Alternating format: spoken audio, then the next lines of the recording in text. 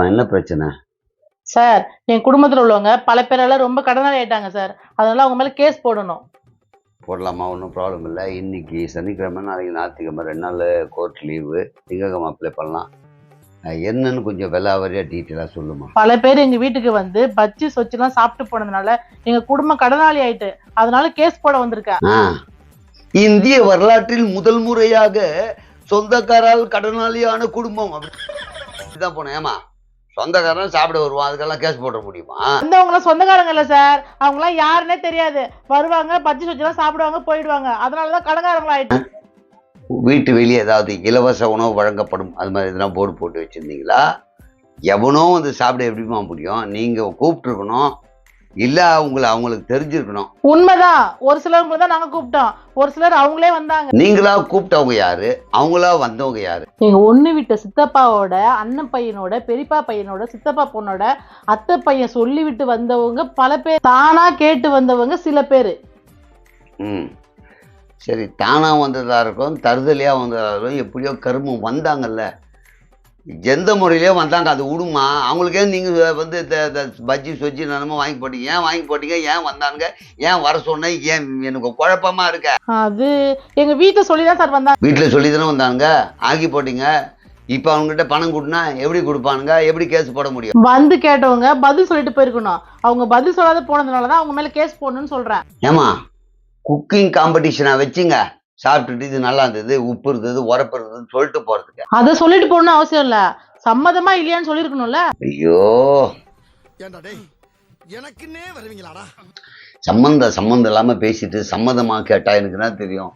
திருட்டு போனான்ற, சொல்லிட்டு போலன்ற, அது சொல்லனாலும் பரவாயில்ல, சம்மதமா இல்லையான்னு கேட்குற. ரொம்ப குழப்பமா இருக்கு. ஏன் சாப்பிட போட்டீங்க, ஏன் வந்தானுங்க, ஏன் இப்ப கேட்குற, எதுக்கு புரியலையே. ஒரு வக்கீல் கிட்டையும் டாக்டர் கிட்டையும் எதையும் மறைக்க கூடாது, தெளிவா சொல்லணும்.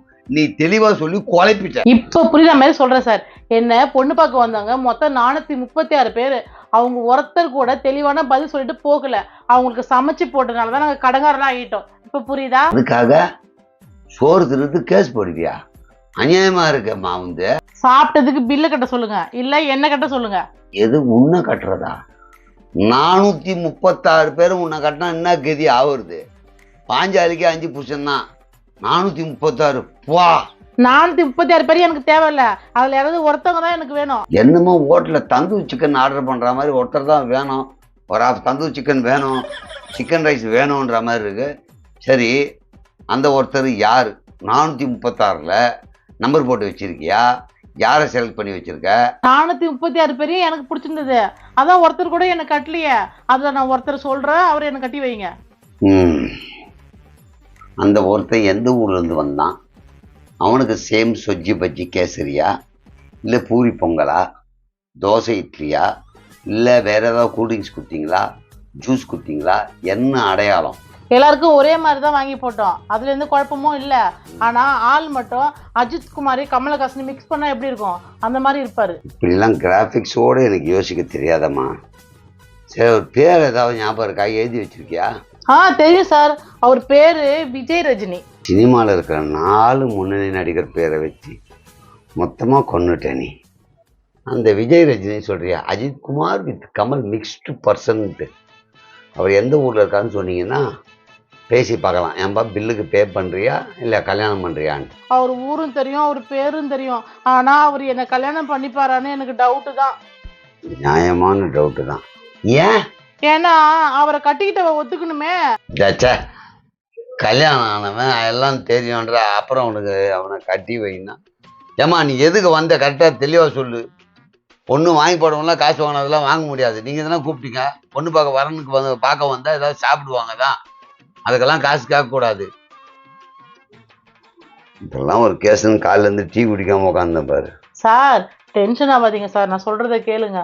பொண்ணு பார்க்க வரவங்க எல்லாம் வந்துட்டு சாப்பிட்டுட்டு போயிடுறாங்க. பொண்ணு வீட்டுக்காரவங்க சமைச்சு போட்டு கடங்காரவங்க ஆயிடுறாங்க. அதனாலதான் நான் பொதுநல வழக்கு போட வந்திருக்கேன், எல்லாருக்காகவும். ரொம்ப நல்ல எண்ணமா அவனுக்கு. அப்படி பார்க்க போனா எத்தனையோ மாப்பிள்ளைங்க மணவரில் போய் உக்காந்த அப்புறம் பொண்ணுங்க ஓடி போயிடுது, அப்பதான் சொல்லிட்டு நான் லவ் பண்ணியிருக்கேன் அப்படின்ட்டு. அப்படி ஏமாற்றப்பட்ட ஆண்கள்லாம் எவ்வளோ பேர் இருக்காங்க. அதுக்கெல்லாம் என்ன சொல்ற? அப்ப நான் போட்டுமா பொதுநல வழக்கு பெண்களால் பாதிக்கப்பட்ட ஆண்கள் அப்படின்ட்டு? ஓ, நீங்க ஆம்பளை வைக்கல, அதனால ஆம்பளைங்களுக்கு சப்போர்ட்டா தான் பேசுவீங்க. நான் போய் ஒரு நல்ல பொம்பளை வைக்கலாம் பாக்குறேன், வரேன். ஒரு பெண் மனசு பெண்ணுக்கு தான் தெரியும்னா ஒரு ஆண் மனசு ஒரு ஆணுக்கு தெரியாதா? போமா போ. எத்தனை பேர் கிளம்பியிருப்பாங்களோ. ஆனால் ஒரு தப்பு இருக்குது, நம்ம ஆளுங்களை போய் திருட்டு வந்துடுறாங்க. இப்படி மானம் போது நம்மது. ஏன்டா போகும்போதே தான் வாங்கி தான் போங்களேன்டா. இல்லை பொண்ணு வீட்டில் இனிமேல் சொல்லுங்க, நாங்கள் ஆக்கி போட மாட்டோம், வந்து வேணால் பார்த்துட்டு போங்கன்ட்டு. இதெல்லாம் ஒரு வழக்கு. இதுக்கெல்லாம் வந்து காலையிலேருந்து என் உயிரை வாங்கி வேறு யாரும் கிளைண்ட் இருந்தால் அனுப்புப்பா.